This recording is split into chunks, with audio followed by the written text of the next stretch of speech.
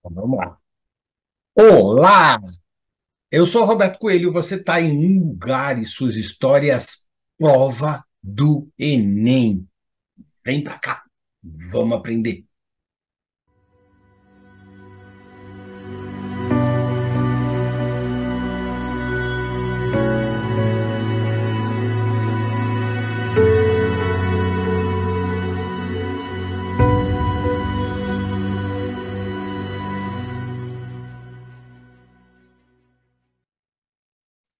Eu estou aqui já na segunda parte. A primeira parte, história do Brasil, já foi dada, e nós estamos entrando agora na história mundial.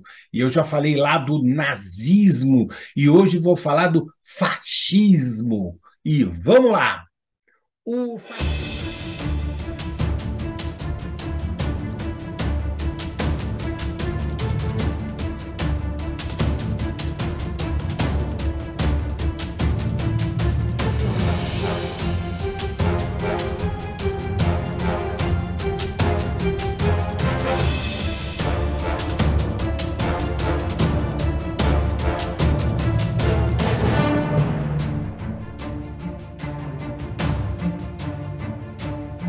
O fascismo é uma forma radical da expressão do espectro político da direita conservadora. Lembra lá?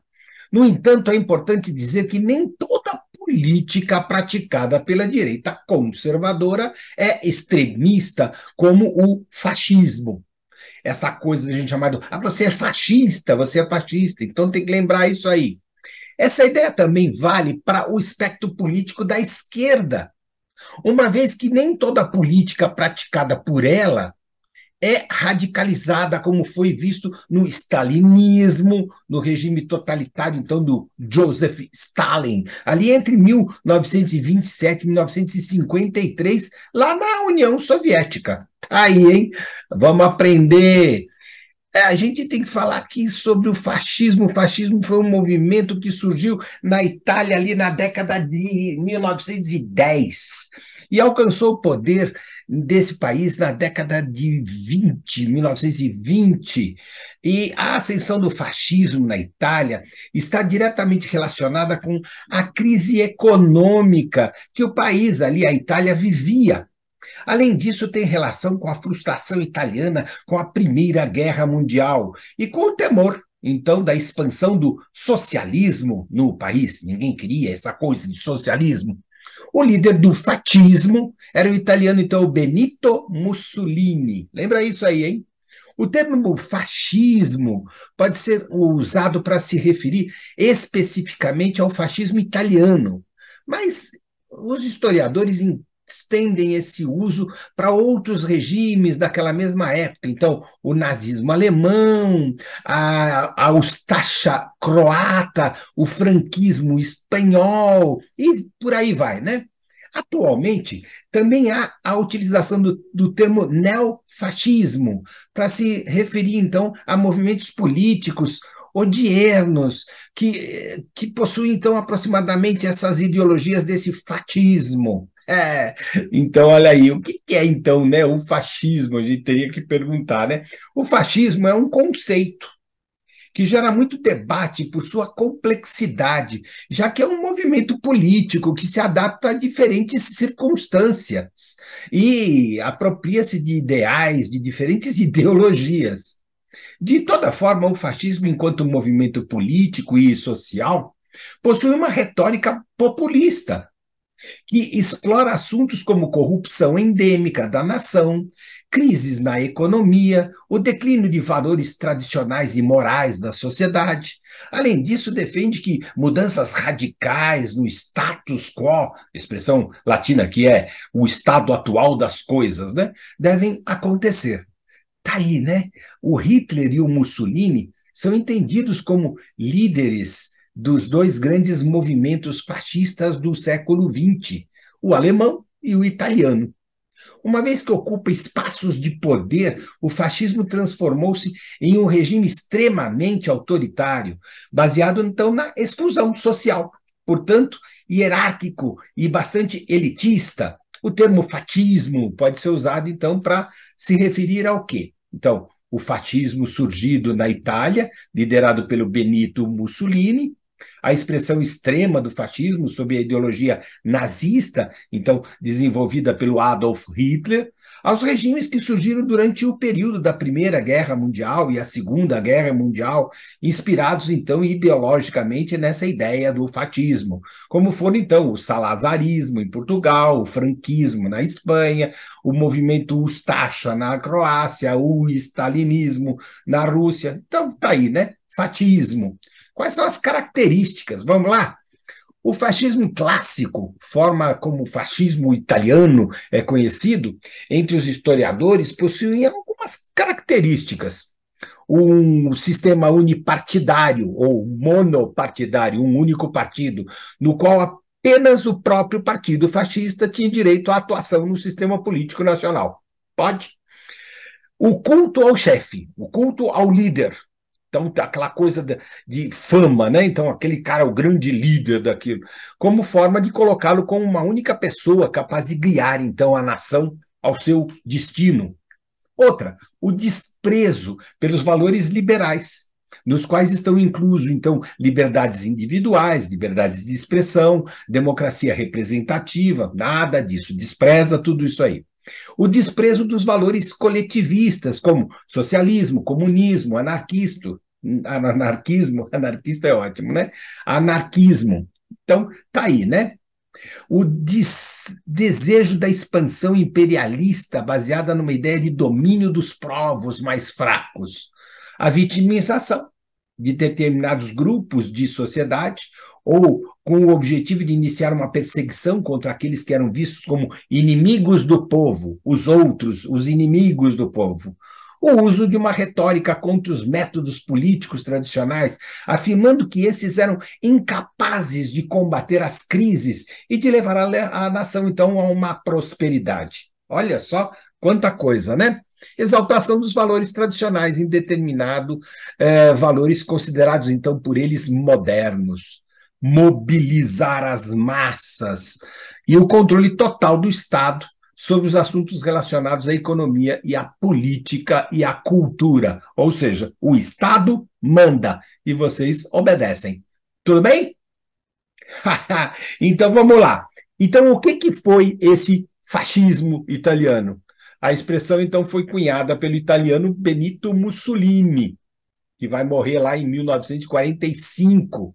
E ele criou uma organização chamada Facci Italiani di Combattimento. Então, o termo Facci significa feixe, um montão de coisas unidas. Fez referente, então, aos feixes das hastes de madeira do machado, símbolo, então, da Roma antiga. Eles se adaptam, né? Eles vão adaptando uma coisa a outra e vão juntando. Ele começou a sua carreira política, o Mussolini, num núcleo socialista italiano. O vínculo dele ao socialismo italiano foi interrompido, então, ali por volta de 1914, quando, então, publicou um jornal socialista, um artigo defendendo a participação da Itália na Primeira Guerra Mundial. Esse rompimento aconteceu porque os socialistas italianos eram radicalmente contra a entrada do país na guerra. Tá aí, né? Ele foi, então, fundador desse partido fascista e ele, então, se alinhou ao discurso político de um viés nacionalista. Ele, então, fortaleceu os movimentos de orientação socialista, levou as classes conservadoras na Itália, então, a aderir a essa ideia do fascismo italiano, né? No contexto da organização, surgiu o Partido Nacional Fascista. O grande objetivo era tomar o poder da Itália, como aconteceu, né? O uso da violência, inclusive, chegou a ser elogiado por determinadas classes sociais italianas naquela época. Pode? Ele chega ao poder, então, em 1922, após os membros do Partido Fascista realizarem a chamada Marcha sobre Roma. Essa marcha aconteceu no dia 28 de outubro de 1922. Lembra lá, hein? Cai no Enem.